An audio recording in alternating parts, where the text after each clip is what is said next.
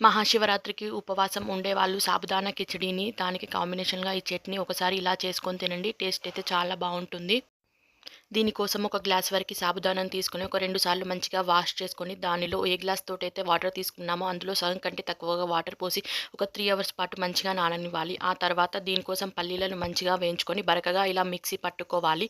ఆ తర్వాత 3 అవర్స్ తర్వాత చూసారా సాబుదానా ఎలా మెత్తగా మంచిగా పొడి పొడిగా అయిందో.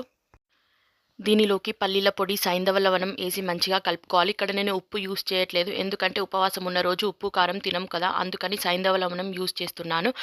ఇలా మంచిగా మిక్స్ చేసుకున్న తర్వాత ఆయిల్ వేసుకొని మంచిగా ఇలా ఒక 5 మినిట్స్ పాటు మంచిగా వేయించుకోవాలి. అంతే మన సాబుదానా కిచిడీ అయితే రెడీ అయిపోతుంది. దీనిలోకి కాంబినేషన్‌గా ఇలా పెరుగు చట్నీ చేసుకోండి.